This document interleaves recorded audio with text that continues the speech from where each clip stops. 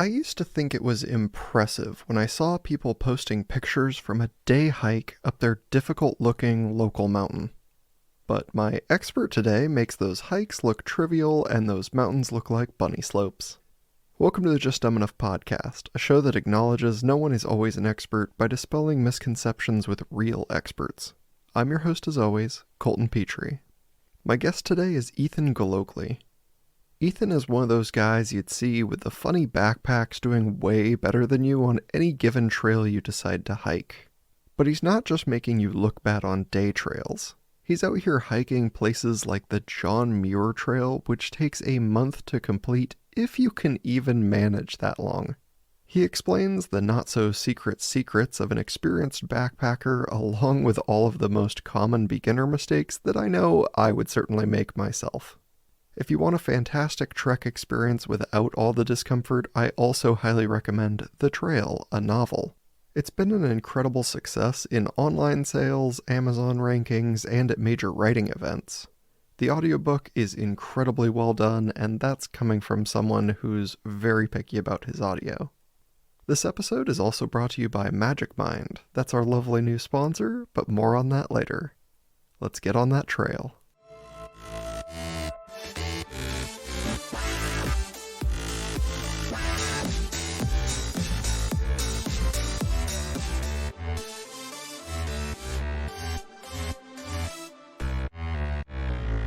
Welcome to the show, Ethan Gallogly.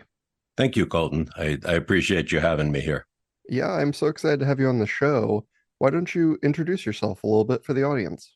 Well, I'm a retired professor. I'm an avid backpacker, and I'm the author of the book, The Trail, a novel about hiking the John Muir Trail and two men's relationships and how they transform through nature while they're out in the wilderness. Yeah, and this is not just like, oh, we're going on a day hike. This is quite an extended hike. Yeah, well, the John Muir Trail runs about 211 miles long from Yosemite Valley up to the summit of Mount Whitney, which is the tallest peak in the continental United States. So it's quite a journey, and it took me my first hike when I was 50. It took me 28 days to do it. And that's what I have it take these two gentlemen in my story. The story is very loosely based on my own experiences on trail. Yeah, and that seems like quite an intense experience. What is it that got you started into hiking in the first place? Well, growing up, I liked nature. I liked wilderness, but I did not like hiking. If my parents had took us on even a short 1 mile walk, as a kid, I would have protested. But when I moved out to California, I went with a friend to Yosemite Valley, and I was just blown away. The majesty of the peaks, the waterfalls, the scale of the whole thing, the amazing granite rock. I'd never seen anything like it. And we took sort of a misguided hike. We looked at the map. We saw that Upper Yosemite Falls, which is 3,000 feet above the valley floor, was only 3 miles. And we didn't think anything about the elevation change. We just thought, oh, yeah, a 3 mile walk, that'll be nice. And it almost killed us. We made it halfway up. We ran out of water. We had to ask hikers for water. We got down, but we'd learned our lesson about, okay, elevation's important too. But I was smitten. I mean, even after that experience, I was looking out at Half Dome and I said, I want to climb that. And I saw people backpacking, and I'd never done it. Well, I'd done it once as a kid, but I'd never really gone on an extended trip. And I said, I want to do that. And the next year I came back and, I climbed Half Dome, and I did about a 10-day backpacking trip. I had all the wrong gear and made many mistakes, but I loved it. And I've been hooked since. Yeah, and it seems like there's a lot of mistakes that can go wrong in there, but if somebody wanted to get started, do you usually recommend, starting with a couple of hours for an easy local trip, or is there, some benefits to just throwing yourself into, the deep end? Well, so like the anti-hero Gil in my book. He suffers through all the things I suffered through and more. So, if you read that, you can see what not to do. He really makes a lot of classic beginner mistakes. And I would tell anybody who wants to get into backpacking, don't, unless you have an experienced friend or guide who's going to take you, don't start big. Don't start on a 10-day trip where every mistake is going to be magnified. Just take an easy weekend trip, maybe 4, 5, 6 miles, depending on your condition, into a established camp with water, and just see what works and what doesn't, and refine that over time, because you're going to find you're carrying inevitably too much on your first trip, and there'll be stuff you don't use and things you wish you had brought. And over time, that gets refined to a very sleek, very cut down pack. I've been doing some long distance. Well, the John Muir Trail is long, right? 211 miles. But I've been working towards doing the Pacific Crest Trail, which is 2,600 miles. And last summer, I did about 400 on the PCT.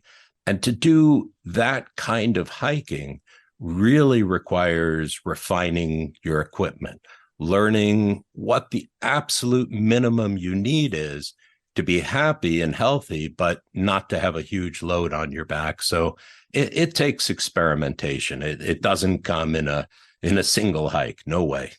Yeah, I unfortunately and admittedly, I did a day hike with some friends, and I thought, well, there's no way these guys are going to bring enough water. I'll got to bring water for all of us. And I loaded a backpack down with about a case of water, and that was a horrific mistake. Yeah, 2 pounds a liter. I mean, so my son made that mistake when I went back to rehike the John Muir Trail just before the book came out to check all the details and stuff. And I brought my son, and he was paranoid about water, just like you. And he's young though, but he had a tremendously heavy backpack, and water is really an issue. The first part of the Pacific Crest Trail goes through desert, and there is no water for long stretches. And if you run out, it's a disaster. I mean, you're out in what could get up to 100 plus degree heat out there if you're not careful. And yet you're trying to minimize what you're carrying. And so, we learned tricks about hiking at night and so forth, but you still have to carry a lot of water. For some of these stretches, we needed 5 liters, which is 10 pounds of water. And it's a ridiculous amount of weight to load up in a backpack, especially these little backpacks, these ultralight packs. You're trying not to have weight in. So, I mean, I had scrapes on my back from where the belt was eaten into me, because my pack really wasn't good enough to carry that much extra water weight. And I hadn't planned that well. I learned a lot from doing desert hiking, which I had very little experience with before. I mean, it seems like there's a very broad range, but if we were to say you and me left today to go to an outdoor store, what are the necessities we should be picking up to get me started in hiking? A great question, Colton. First, I would probably hit up an REI or an Eastern Mountain Sports or one of these big stores that's well known for backpacking, and I would try on equipment. I wouldn't necessarily buy equipment from those stores, because some of the best equipment, some of the best stuff comes from small, closet online internet companies. For example, my favorite tent is the Durston X-Mitt, which is made in Canada by Dan Durston, and you've got to go online to buy that. It's not available in any store, but it takes time to learn that and to learn what the best gear is. And sometimes it's good to join these online groups and find that out. So where the big stores will help you is just in fitting up equipment, knowing what you like, trying things on. And if you're just doing some short trips, their equipment is very affordable, very practical. So, I would take you to an REI to begin with, just to get everything going. But there might be a couple of items I send you online to buy. The big items you need are a good backpack, and you don't want the backpack to weigh too much. Sometimes you go in to one of these big stores and they sell you a 6-pound backpack that, you could haul an elephant in that thing, but you don't need that. The goal is always to be getting lighter. So you want to get something like maybe an Osprey, a 2 or 3 pound backpack that doesn't have so much room that it invites you to put the kitchen sink in there. So first and foremost, a good solid backpack that'll last you a number of years. And then a sleeping bag. You need something that's going to keep you warm and comfortable when it gets cold. And that, again, is very much a personal preference. And again, there's some terrific online companies. There are some quilts out there now that are fantastic. You really have to kind of crawl into them and try them on in the store and think about what temperature rating you want. And it's always a compromise between how cold is it going to get versus how heavy is the bag going to be. A ground pad, you need something between you and the ground to keep you comfortable. And nowadays, I like these inflatable pads. And, for example, Thermarest, Big Agnes, Nemo, they all make these things that you blow up. They're like an air mattress, but they're much, much thinner and much, much more portable. So those are kind of, the big few. You need a tent, of course. And again, you want it to be as light as possible, but you want it to be sturdy and, warm and able to withstand the elements. And then you start adding other things like your kitchen. You want a stove and some cooking gear and some food. And if you're going into the mountains, the Sierra anyway, you need some kind of bear canister or protection from, for your food from the bears. But it also depends where you're going. So beyond sort of the big three in the kitchen, you're now looking at where are you going? What kind of trip are you planning? And just how where on the sort of the spectrum between hardcore through hiking on a long distance trail and glamping are you going to be? How comfortable are you going to be and how much are you able to carry? So those are all variables that'll depend on your comfort level and where you're going. Yeah, certainly. And there's, a great argument to be made here that like you're going to spend some money, and if you get very serious into this, you're definitely going to spend more money at a later date. Yeah, the joke is the lighter you get, the lighter your wallet gets. It's some of this gear is crazy expensive. I mean, remember I was talking about tents, and you can get yourself a 2-person 1-pound tent. They exist, but you're going to drop $700-800 on that versus you can go into Walmart or Big Five and buy a cheaper tent that's just fine for a typical weekend trip for $50.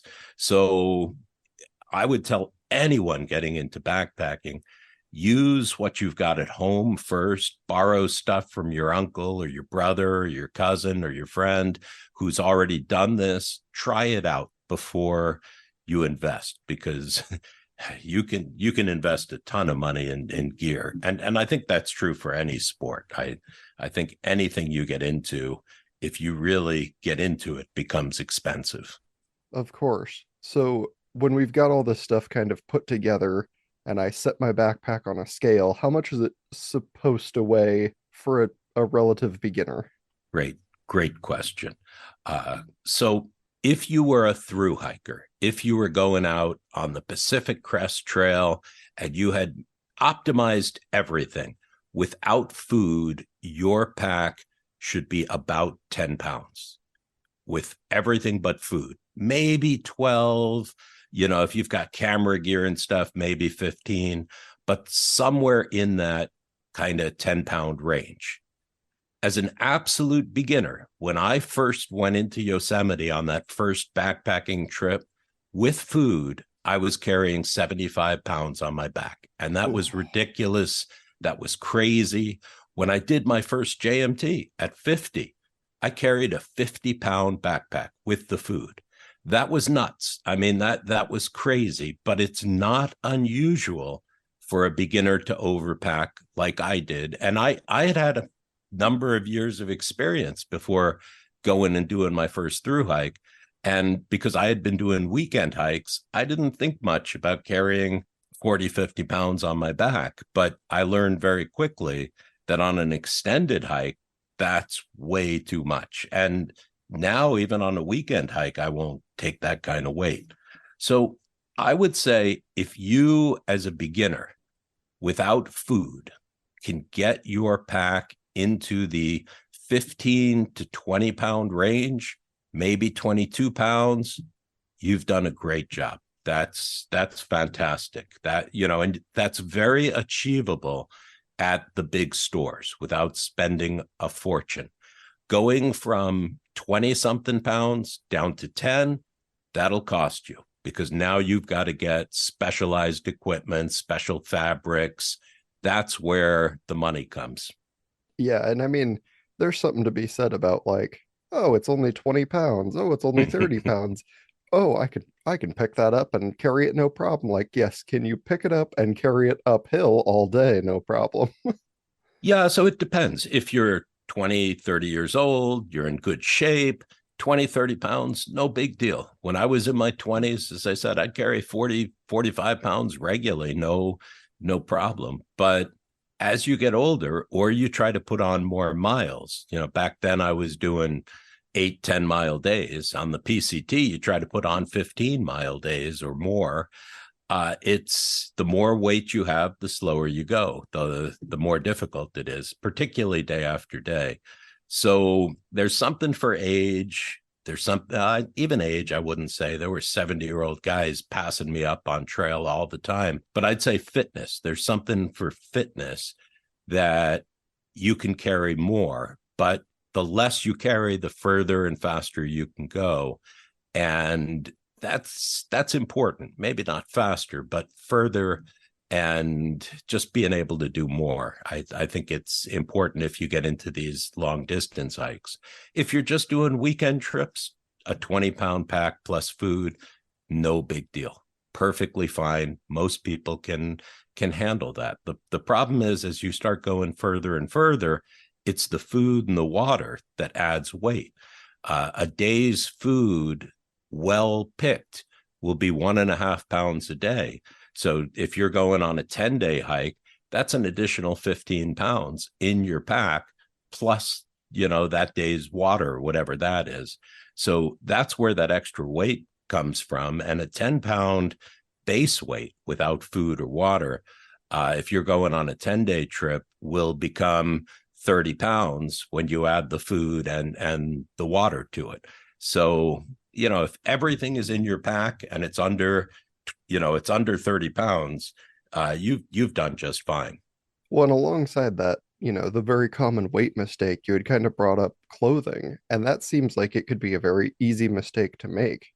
Is you're like, oh, I went and I bought new shoes and I'm wearing warm cotton and I'm, like very easy, simple things that you just don't think about. Yep. The old adage, cotton kills. It gets sweaty and wet, and then it never dries. So cotton, you if you can do it, you want synthetics or like a merino wool or something like this. But clothing is a very important thing. Fortunately, there's a ton of clothing out there, so you can find really, really good lightweight athletic clothing almost anywhere now. So that's not that difficult. You want to have a good all-purpose jacket, for when it gets cold, and there are some terrific companies out there for that. The one that jumps to mind, I'd say there are two that jump to mind. I like Outdoor Research, and I particularly like Montbell. They're actually, they sound French, but they're a Japanese company out of the Midwest, out of Colorado, I believe. And they make fantastically light, functional jackets and pants and other equipment. They're expensive though.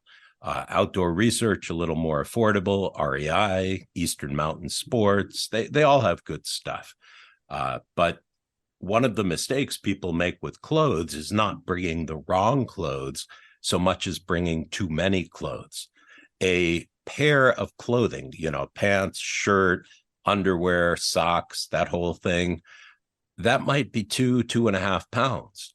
It's really, really heavy. So when you do these long hikes, I mean, it's going to sound awful, but you typically only wear the clothes on your back. You typically are not carrying an extra set of clothing in your backpack. And when you get to town, the way you can tell the through hikers is they're all standing around in their rain gear because their clothes are in the wash. So, it's kind of funny, but we identify each other because we're wearing our rain pants and our rain jacket and nothing else.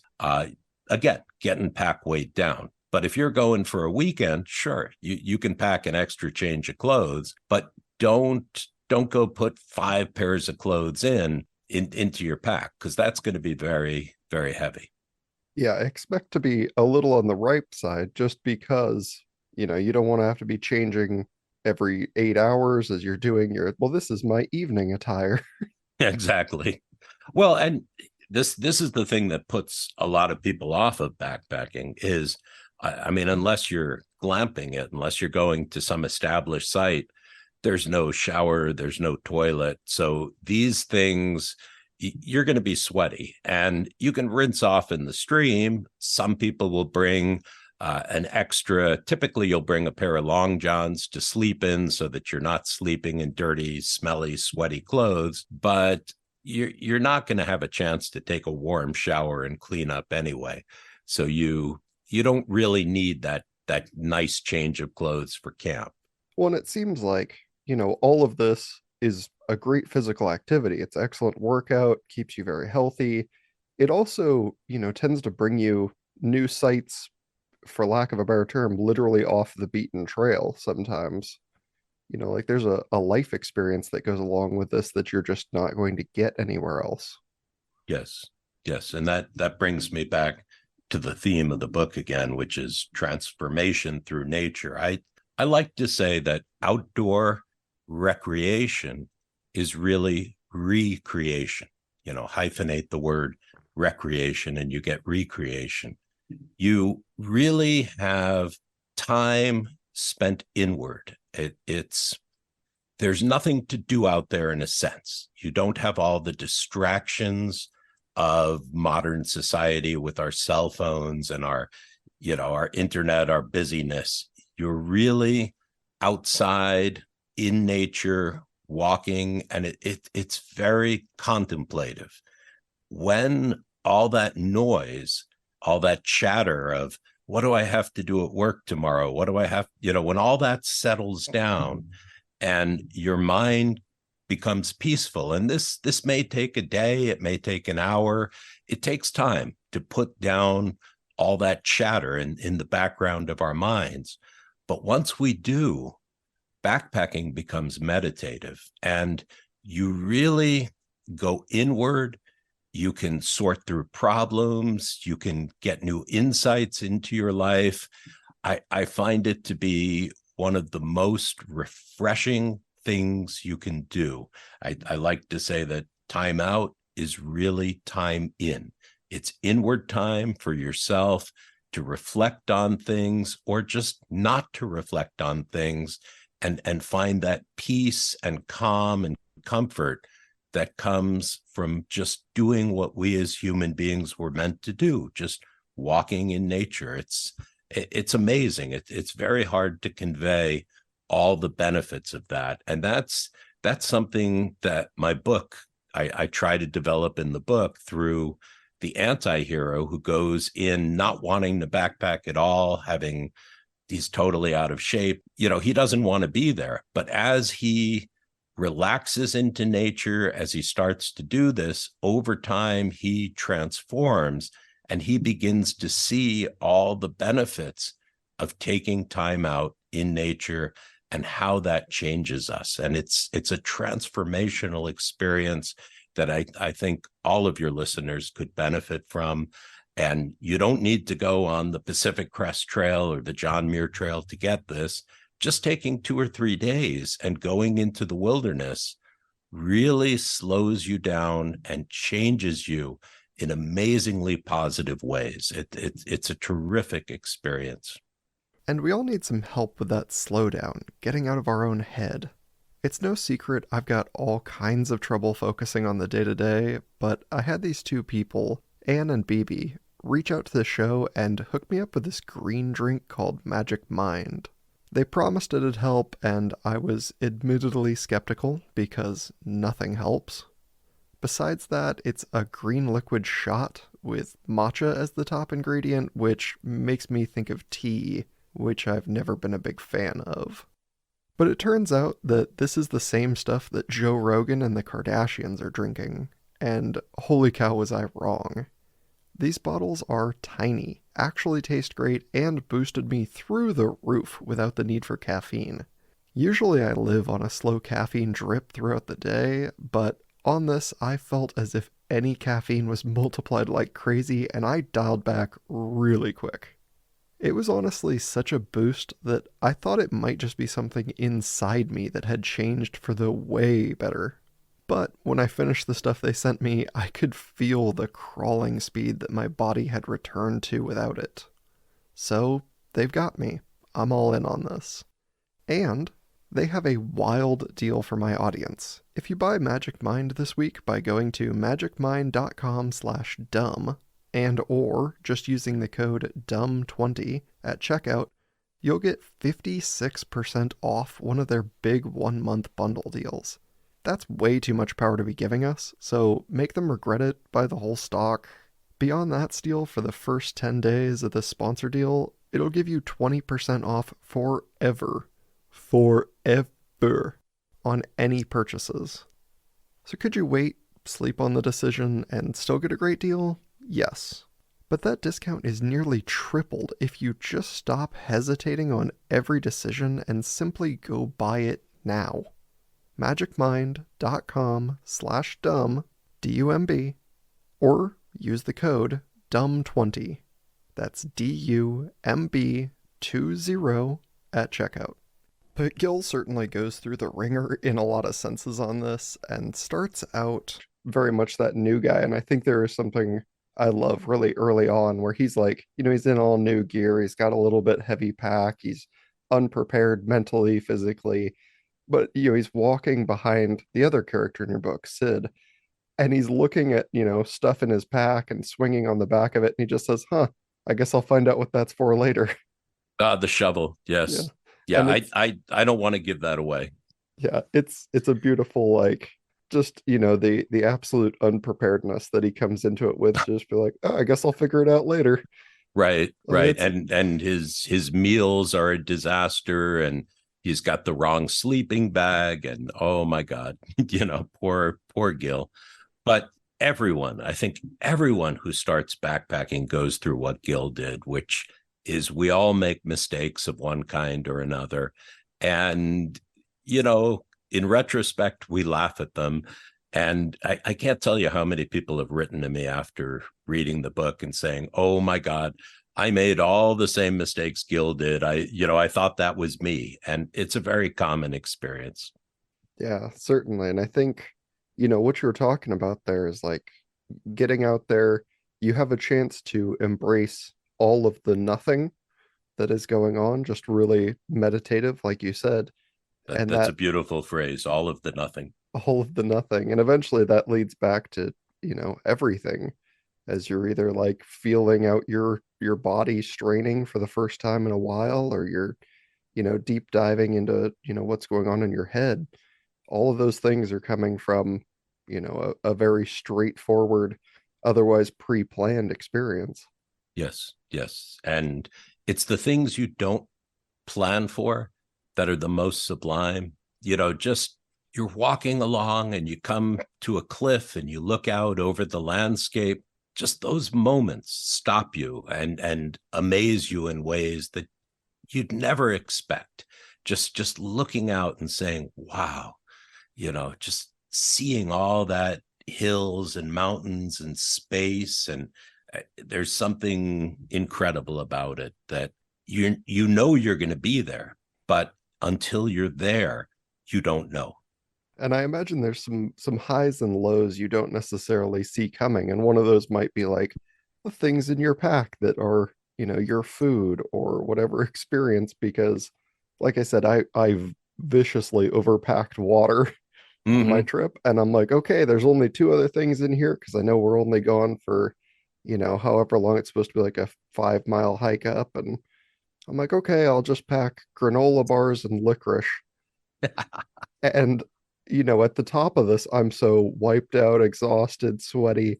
And I'm like, man, licorice is amazing. I never had a real chance to stop and think about it, but a little bit of peanut butter in my granola bar and some licorice is a fantastic meal to have at the top of this mountain. Yes, you really appreciate food, and you appreciate it in a different way. A piece of, like you say, a piece of licorice that you might just chew on and forget about suddenly becomes something you savor and just really taste the flavors on, because you're hungry, you're tired, you're craving food, and now food becomes something else. It's interesting. Backpackers talk about this, how a simple meal, when you come out of the woods, for example, with your what they call hiker hunger, and you go in and you eat a simple meal, just how fantastic that food tastes. And your licorice, which you would otherwise just eat a piece and forget about, suddenly becomes this thing that you savor and you taste and all the flavors of. Gil, when he gets, for the first time, stops at a little place to resupply, he has a salad and he can't believe how great the salad tastes, because he hasn't had veggies and fruit for days, and suddenly just eating lettuce is amazing to him. It's absolutely a real experience, is how food tastes. And if you brought the wrong food, which again unfortunately Gil has, uh, bad food, if you have to eat that for days, it is horrible. I met some guys on the High Sierra Trail one year with my son, and they had brought all power bars, and they had thought, okay, power bars are light, they've got lots of calories, we're just going to pack power bars for breakfast, lunch, and dinner, and it's all they had. And they were dying. They hated power bars. They were on their third day, and they wanted anything else, any other flavor than these chewy synthetic bars, and they traded us for a bunch of food because they were just going nuts. So the wrong food can be a disaster too. But it's amazing how much you appreciate food out there, like you were saying. Yeah, it really seems like, it could heighten the highs with all of the workout, the endorphins, the amount of time you've been away from quality meals, but it also could very much lower those lows where you're like, man, these pains I never knew were kicking in. This food I've brought is absolutely terrible. I cannot stand what is happening right now. I wait for any break in this Yep. horror show. Well, that's an ongoing joke in the book with Gil eating this synthetic meals. I mean, I still laugh when I read that first chapter over, and his first taste of his backcountry buffet, which is based on the old meals of the 80s, these dehydrated meals you could buy. And you can still buy stuff like that. You go into REI or whatever, and there's these prepackaged just add water meals, and some of them are fantastic. Some of them have really, really become good, and some of them are just awful. And a huge beginner mistake is just buying them by name and not tasting them, not trying them. We got out in the wilderness on a practice hike with my son, and he had a package of food that he was really looking forward to. He opened it up, took a bite, and he was just like, "Oh my God, this is horrible." And he couldn't even finish it. It was just so synthetically awful. So yeah, it goes absolutely both ways. Well, and there's a good lesson in the book about that where you're like, hey, listen to the people at the store if they tell you outright, do not do this.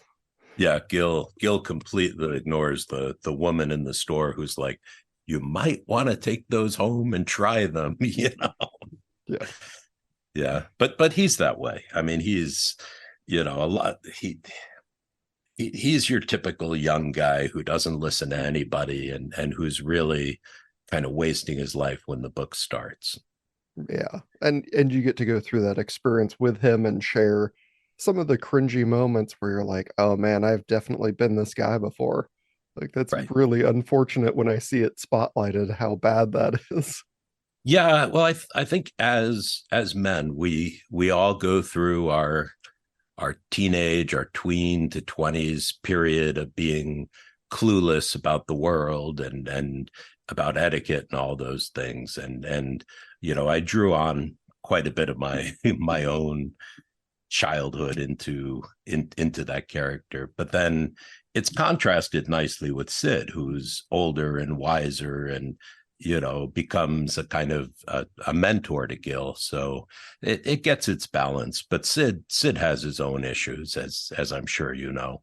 Yeah, of course. And it gives the other side of that contrast very well because, no spoilers, it's very early in the book you learn, but he is extremely sick. So you're like, this Yes, is this is his last hike, yes. potentially like this is the very end and not, his young guy origin story. Yeah, for listeners, Sid is dying of cancer, and his dream has been to do the John Muir Trail, and he's got a little window in his illness where he feels that he's up to it, but there is some question, and I don't want to spoil anything, but there is some question as to whether Sid is going to make this hike or not. And he struggles. He also struggles with his own mortality. Sid very much is afraid of death, and that comes out as the book goes forward. So in some ways, Gil actually helps Sid overcome Sid's own problems, even though at the beginning Sid seems the experienced, solid person. You begin to see the cracks in Sid's armor over time, but the whole story is told through Gil's eyes. Yeah, certainly. And he knows, Sid knows going into this that he already, went into remission once. He went through chemo once and he said, I couldn't have the energy to read. Like, do you have any idea what that's like? And Yep. I know they told me if I go back in for treatment, like I'm staying in the hospital. I'm not leaving. And so he kind of makes that decision, like I've already done that once. I'm not going back. I'm gonna do this thing I want to do for me because it might be the last time ever. But it's unfair to Gil because he doesn't level with Gil at the beginning about exactly how sick he is. And so Gil doesn't know what a burden he's undertaking at the beginning. And that comes out later too. I don't know if you've gotten to that part, but there is a point towards the middle of the book where Gil actually confronts Sid about this, and they come to they come to an understanding, and eventually they build camaraderie. So at the beginning they're really at odds with each other. They're very different people, but over time they forge an incredibly deep relationship with each other. And so the book's also about this relationships between men, and it's another whole theme through the book. And the people they meet, they as I'm sure you've noticed now, they meet some incredible secondary characters as they go along, which really show the diversity of people out there backpacking and hiking long distance trails like this and why they do it. And these people they meet are all based on people I've met out in the wilderness. Yeah, I mean a fantastic plethora of characters, if you will, and the same to real life, where you're like, if me and you go on a hike, we may not share a ton in common, but we're also going to meet people out there that don't share anything in common with either of us, Yep. other than the willingness to get out on the trail itself. Yeah, it's interesting, and I've had people talk to me and say, do you know my friend X? Your character Permy is exactly like my buddy X. I'm just wondering if, and I'm like, no, I don't know them, but it's amazing how many people know somebody just like these different people they're meeting. So it's interesting how many times I've been asked that. Well, have you ever been asked that and go, wait, I actually do know that person? No, not yet, not yet. Maybe one of these days. But it has me thinking about, obviously there are negative things on the trail, like we said. Is there, and hopefully none of them are quite so bad as, Gil and Sid's situation. It's not life or death kind of bad. But are there any of those things that, given the chance, you would remove from the experience? Because I know for me, like, oh man, I know it's part of the experience, but if I could remove bugs from my trip, man, I would love to remove bugs. Well, okay. So I agree with you. If you could not encounter mosquitoes, that would be wonderful. And I don't know if you've gotten to it, but there's a scene where they struggle with the mosquitoes that I wrote. I wrote while I was on the PCT in Oregon, and the mosquitoes were just horrendous. And I was stuck in my tent, and I'm like, oh my God, this has to be part of a chapter. This experience I was having with the mosquitoes. So sure, I would love to have a bug-free hike. And most of the time you can get that if you choose the right season. So if you go typically to the mountains in late June, early July, there are going to be bugs. That's when it's at its worst. But if you go late August or early, May, June, depending on the snow level, you're not going to see them. So you can pick your times. Permethrin, which is something you can spray your clothing with now, you let it dry into your clothing, has just been a boon to hikers. In the past, you'd put DEET on or something like this, and it smelled awful and it didn't work that well. But being able to treat your clothes with permethrin really cuts down on the bugs, which I think most hikers will agree. But I'd say those things are secondary. The one thing I would get rid of are it's an unfortunate topic, but there's no bathroom out there. And I can't tell you how many times I've run into toilet paper and unburied poop in the wilderness. You go off to a nice campsite, you set up your tent, and right there next to the tent, you find somebody's leftovers. And it's like, why didn't this person take the time to properly bury this? And why did they do it right next to the campsite or next to a river or something? So I think that's the one thing that's really in the control of the hikers that I would love to see gone. And it just drives me nuts when you're walking down a pristine trail and right next to the trail, there's a little wad of toilet paper. It's inexcusable, and it's something that could be changed. Yeah, I mean, that is easily within our ability to control as, somebody who is participating in the hike. Because unfortunately, like, I live in Oregon and mosquitoes are a problem for an entire season for me. Oh yeah, the Oregon mosquitoes are something else. Hiking through Oregon was an experience. Well, and there's two very different kinds of people. The kind of person who says like, "Oh, they don't really bother me," and then me, which is like, "Oh, I can't get rid of them." Yep, yep. No, they drove me crazy. I ended up buying a bodysuit, one of these net bodysuits and hats for when I was hiking through Oregon. And other people passed me and they were envious. They were like, "Where did you get that?" The problem with Oregon mosquitoes compared to the Sierra mosquitoes are kind of polite. They come out in the morning, they come out at night, they leave you alone during the day. And if you can find a campsite with a bit of a breeze, they don't bother you at all because they can't fly against the wind. But hiking in Oregon, they're there 24/7, all day long, and they're constantly buzzing. So you've got that droning of, as you're hiking, and, you go to eat and you've got to wear a suit and then unzip the mouth and take a few bites and re-zip it. So that drove me crazy. That stretch of sort of the middle of Oregon with those mosquitoes was pretty difficult for me. It bothered me a lot. So I'm with you, Colton. I do not like hiking with bugs. Yeah, these ones have certainly mutated or evolved to become extra irritating. Well, they call them the national bird, right? Yeah. Or So the when you state bird.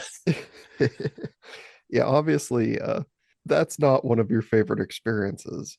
But when you think about, all the places you have been and you have seen and hiked, has there been like a standout favorite for you? Yeah, there've been a few. I all right. So on the Muir Trail, Evolution Valley is just so picturesque, so beautiful. I mean, it's jaw-droppingly amazing. And not just the scenery, but the colors, the way when, night, when the sun sets, you get this alpenglows of reds and oranges and purples on the mountains and on the lakes. That area is just so incredible. I would say, though, my favorite place that I've ever been is Tehipite Valley, which is extremely remote. It's not a place for a beginner to go. It's very difficult to get in there. It takes a few days to get in and a few days to get out. But there's a dome there that I think even Muir said was second to Half Dome in Yosemite. And it's the site of an old Indian Native American encampment was down there, and gold miners had gone down there. But it's very remote. The bridge into Tehipite Valley washed out years ago, so you've got to ford the middle fork of the Kings River, which is very difficult to get across to the trail and down into there. But if you can get there, it's just so incredible. I don't know what to say about it other than it's an amazing place if you can get there, but it's quite a challenge to get in and out. And maybe that's part of the attraction, is just how remote and difficult it is to visit that place. It's sometimes the places furthest off trail are the most special. Yeah, how much they make you work for it to really earn that experience. Yeah, like your licorice. Yep. So, if money and time wasn't prohibitive to your experience, is there somewhere, I mean, in the world that you would want to go that's on your bucket list of dream places? Well, so as I said earlier, I'm retired. I'm doing writing now. Uh, Money's always an issue. I mean, I'm not wealthy, but backpacking, fortunately, is not an expensive sport once you have all your equipment. So you're not staying in hotels. No matter where you go, probably for backpacking, the biggest expenses are the airplane flight and the food. If you're going to be off hiking in the wilderness, you've just eliminated the cost of a hotel and fancy restaurants and all that stuff. So you're really free to go anywhere, which is amazing. Um, there are places I want to see. I was supposed to go hike what's called the GR10. In Europe, they name all their trails GR with a number. I think it means Grande Route or something like that. But the GR10 goes across the Pyrenees Mountains, which are just gorgeous mountains. I visited them once years ago, and you can hike from the Atlantic Ocean to the Mediterranean Sea across these mountains. It's about a 500-mile hike. And I was going to go there and do this in 2020, but of course, everything got shut down. So that's on my list of things to do. The Pacific Crest Trail, I still want to complete, and I'm probably going to do more of that this year too. But I don't have any exotic place that I'm looking to go and hike. I'm sure, there's no lack of them. You could go down to Patagonia, I suppose, or do some crazy trans-Antarctic thing or climb some Himalayan peaks. But that doesn't call to me as much as some of this more rustic wilderness, this simpler stuff. I mean, just exploring the Sierra, you could spend a lifetime doing that. So I'm very content, particularly with the Sierra in my backyard. So there's just so much to see out there, and again, a lot to see in there. Remember, one of the goals of backpacking is not necessarily looking outward, but looking inward. And people forget that. It's not, I mean, yes, these mountains and scenery and places are fantastic, but part of it is just the experience of the meditative experience of being in nature. Absolutely, like you said, that time to embrace your inside, that recreation period. Time out is really time in. Well, and that's, it's a very interesting thing to just say, like, the site might be lovely, the experience could be wonderful, but, what I'm looking for is not necessarily found in any GPS coordinate. Yeah. I think a lot of people get into that mistake of chasing after things, particularly material items, where they get into this cycle of, if I only had, I would be happy. Or if I could go to this place and see the Taj Mahal or whatever it is, that's my goal. And I think they miss that life is really a spiritual journey, and that the greatest peaks we climb are within ourselves.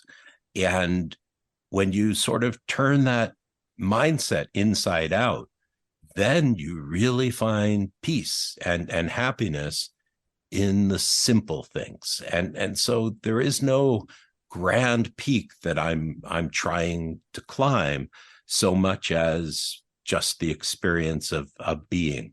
And I think backpacking helps you to slow down and see that. That's a lot of what I'm trying to get across in my book is, Gil's embracement, his slow understanding of that. And it's what Sid is teaching him, because Sid, of course, comes from that experience. He knows why he wants to backpack. So I think, backpacking more than anything else is a sort of spiritual endeavor, a sort of inward looking, as you and I have said, recreation of one's spirit. Where you're like, I could do this wherever, and it's not necessarily the goal to see the new places and the new sites, but it did, for some reason, when you said Arctic hike, I started thinking, because you had said you've been in desert hikes. That was kind of the new experience. Have you been in like a full-on snow environment? Yes. Yes. When it's cold. I've done so-called snow camping, where you put a full-on backpack on, you put on cross-country skis, you go out into the wilderness in the dead of winter, you set up a tent. It's got to be a special four-season tent, which has two complete, it's like a tent within a tent, so that it's maintains its warmth. You need an incredibly heavy set of equipment, because you need one of these, minus 20 bags, or, they're very heavy, but they're thick. And you camp out in the snow. And I'm kind of past those days. I love the experience of snow camping. There's a silence to the woods in winter that is just amazing. You don't know what silence is till you're out deep in the wilderness in winter, and the only thing you hear are like these thump of snow falling off trees. But otherwise, it's dead quiet. It's cool. It's beautiful. But for me, the problem with snow camping is the sun sets early, maybe 5, 6 o'clock. It gets really cold. And so what do you do from 5, 6 o'clock on, you go into your tent and hide, and you're in there until 9 a.m. when the sun breaks over the mountains. And so you spend a tremendous amount of time in this little cocoon. And yeah, you can read and all that, but it's different from the woods in the summer where you'd sit around outside, you talk to your friends, you look at the stars. In the winter, it's just so cold at night that you spend quite a bit of time inside. And I'm past the age where I enjoy that, but I've done some hut to hut. Last winter, I strapped on cross country skis and went with a group to a hut, which was, I should say, was a great trip, except that I was using ancient equipment and wasn't it fell apart on me, and that was another kind of disaster story. But the experience of being in the hut with the group out in the wilderness, that was beautiful. So I can see myself doing winter hut to hut trips, but winter snow camping, I think I'm past that now. It's interesting because if you're talking, the difference between a summer solstice kind of hike and a winter is literally half the amount of sunlight in any given Yes. day. But also, Yes. one of those things that, it made me think of when I'm thinking of this much snow is that even if you do have sunlight, there has to be an immense glare from all that pure white driven snow just like shooting back into your eyes. Sometimes if the sun is out, it can be, and the temperature can be wild. If the sun's out and you're cross country skiing, you get hot. And so you may strip down to just a single layer and get all sweaty. And then at night, you better change those clothes out. Again, more pack weight, because you don't want cold, wet, sweaty clothes on your back when it gets cold. So you're carrying more gear to accommodate those changes.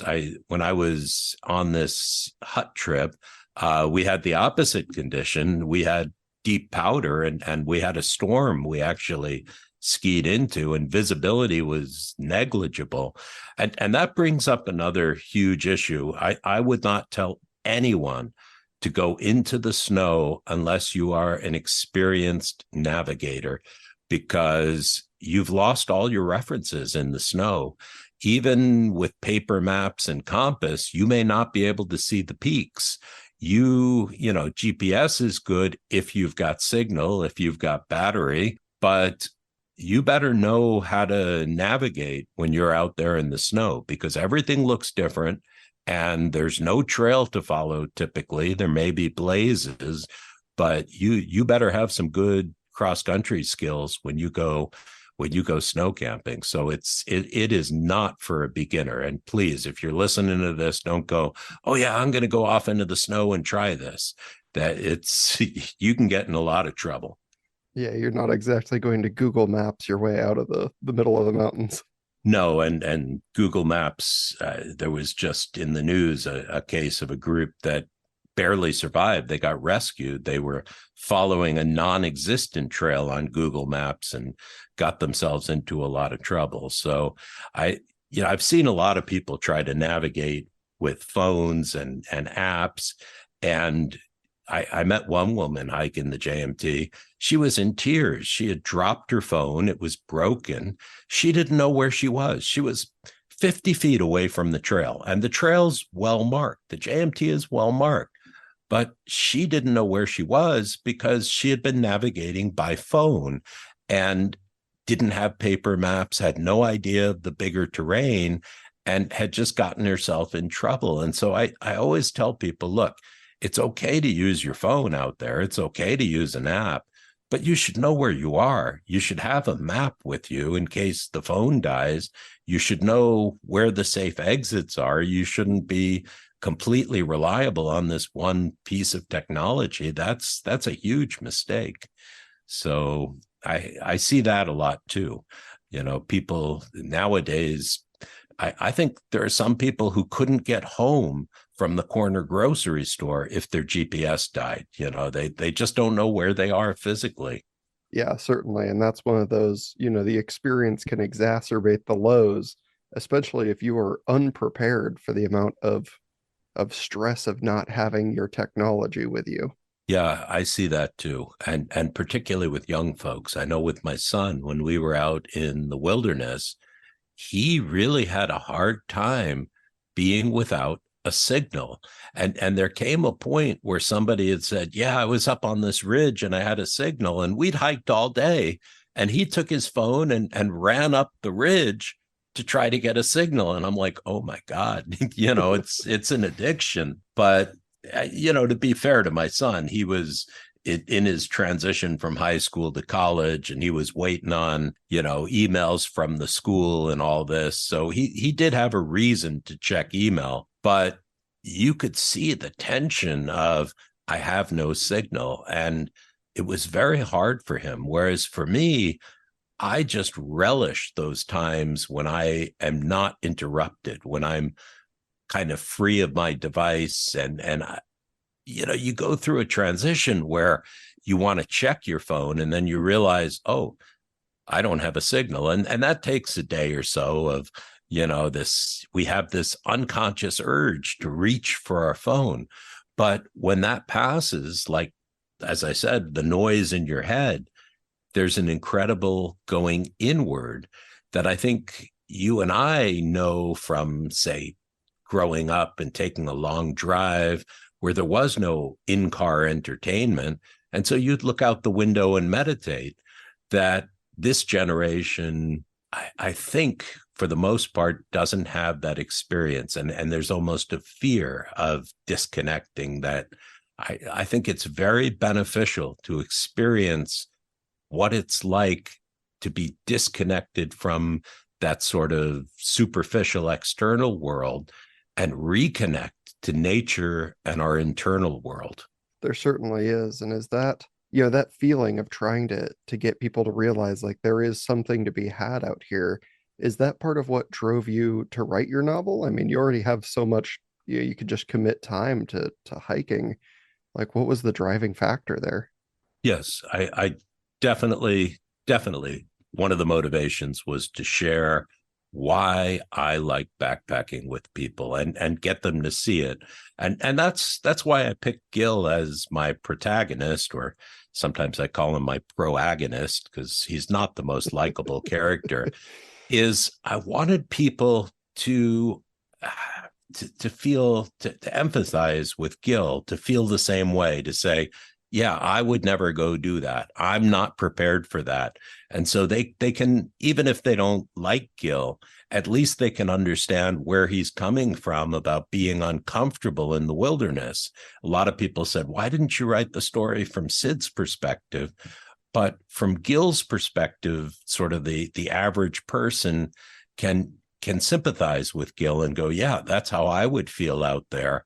And then slowly, I have Gil change and I show them the benefit, which I don't think you can just get in a second. You have to be slowly kind of get into this thing and see it. So that I felt it would take an entire book to really show why someone would want to do this. And I hope I've inspired some people to get out there and try it, or at least to understand it, through this story. Certainly. And I think Gil is a great example character to kind of say, like, can you see yourself in this? Because, Gil is like, if I wasn't personally invited, if it wasn't because he asked for me, like, I wouldn't have gone. And then as he's starting to get into this trip, he's like, how can I make an excuse to stop doing this? Like, how Yeah. early can I bail on this entire experience? Right. And I think that would run through most people's minds being dragged into a trip like the John Muir Trail is, how do I get out of here? How do I get off of here? And what excuse can I make? But once you get past that, it's amazing. And that's why you brought up, what would you do for a beginner for a first trip? I would never take a beginner on the JMT. I would take them on a much easier hike that they can be successful on and enjoy and really get out in nature without all that suffering. There's going to be enough suffering just in sleeping on the ground and not having a shower for most people. Yeah, you're like, I don't need you to experience it for 28 days. Right, exactly. Exactly. Although that said, there is something really, really special and transformational about being disconnected for that long. And I can't put into words, I mean, not without writing a book, what that experience is like. But for people who've done this, who've hiked the JMT or who've done long distance through hiking, they all have the same things to say. They all say, yes, this was really transformational. And yes, it's hard to encapsulate the whole experience in words. It's like any big experience. You need to go through it yourself to really understand it. So Yeah. if I've captured some of that in this book, I've really succeeded. No, I think you certainly have. And you said it's going to take a book just for that experience. So you kind of give people a taste so that they go and experience that for themselves. But it makes me think, with this break-in period, right? Like you stop reaching for your phone, you start embracing the hike, you do, all the things you want to do, and you reach this different level of existing, right? That's not so reliant on what we do in our day-to-day here. Do you also have the opposite when you come back to normal civilization where you have to like break yourself back into the average thing? Yes, yes, it's very common. The Pacific Crest Trail hikers call it post-trail depression.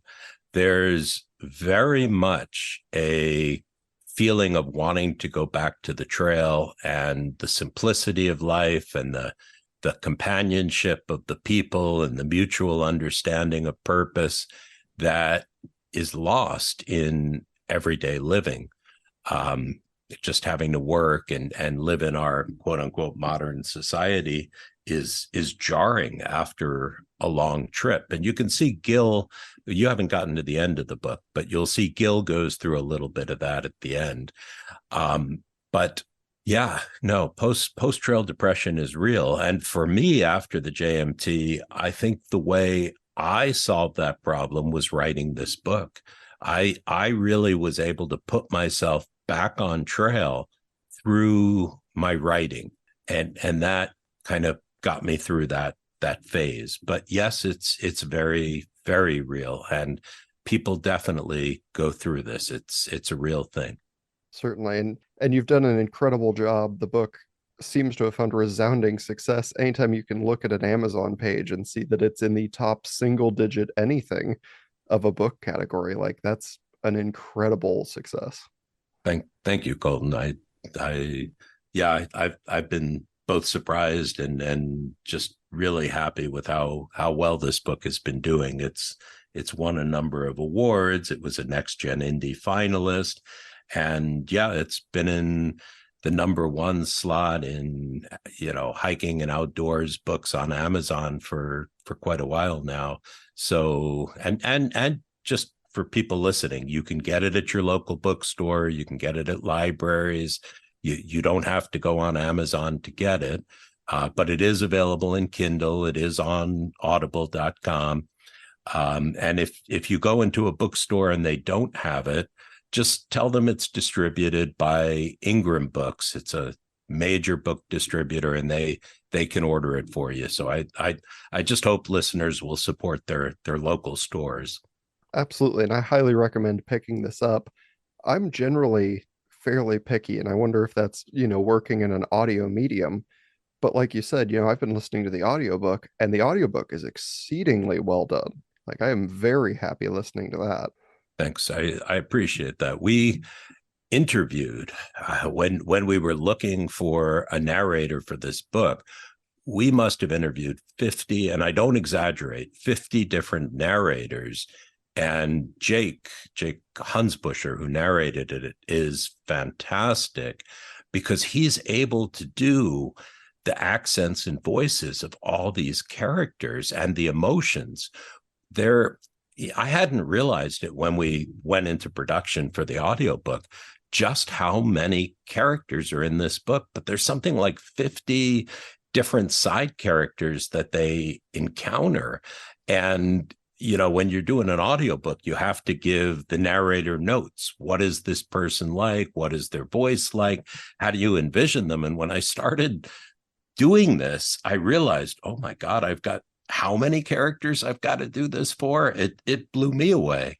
But he was able to capture the feeling and the voices of all those people in a way.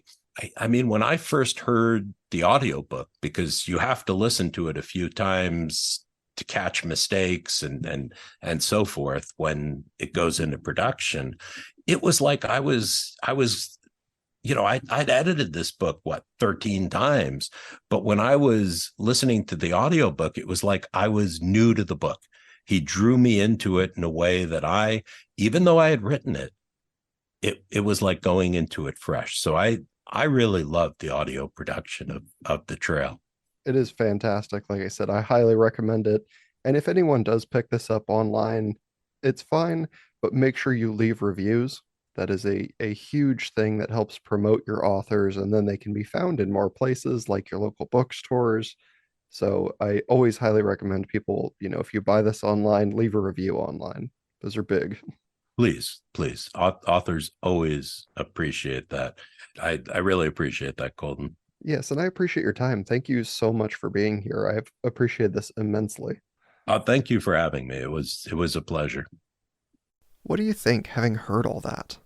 I don't really want to spend all day exercising or all week camping, but I do really want that introspective experience that Ethan talks about. I also want to take a moment to thank the sponsor who paid for this episode. It's not often that I take on paid ad reads, but this company really lined up with my values and didn't give me any form of script. They just said, talk about the product in your voice, which is a total gamble, knowing the way that I ramble and the dumb things I say constantly. Check that out through the link in the show notes if you think it's at all interesting. The more people who even just look at it, the more likely they are to keep paying the show. We're also just over halfway through November, and the rankings have barely changed at all. Number 1, the United States, led by Iowa, Oregon, and New York. Number 2, Australia, with New South Wales killing it. Number 3, the United Kingdom, with England still out front. Number 4, Canada, with British Columbia now beating Ontario. And number 5, Germany, still led by Bayern, which no one has told me I'm pronouncing wrong. That's it for this week. Have a great week, a great weekend, and I'll see you all back here for the next episode. Until the next episode, please do all the things that help the show grow, like rating, reviewing, liking, and subscribing. Remember, you can reach out to dumbenoughpodcast@gmail.com or on any of the social media pages if you want to reach me personally. But most importantly, stay dumb.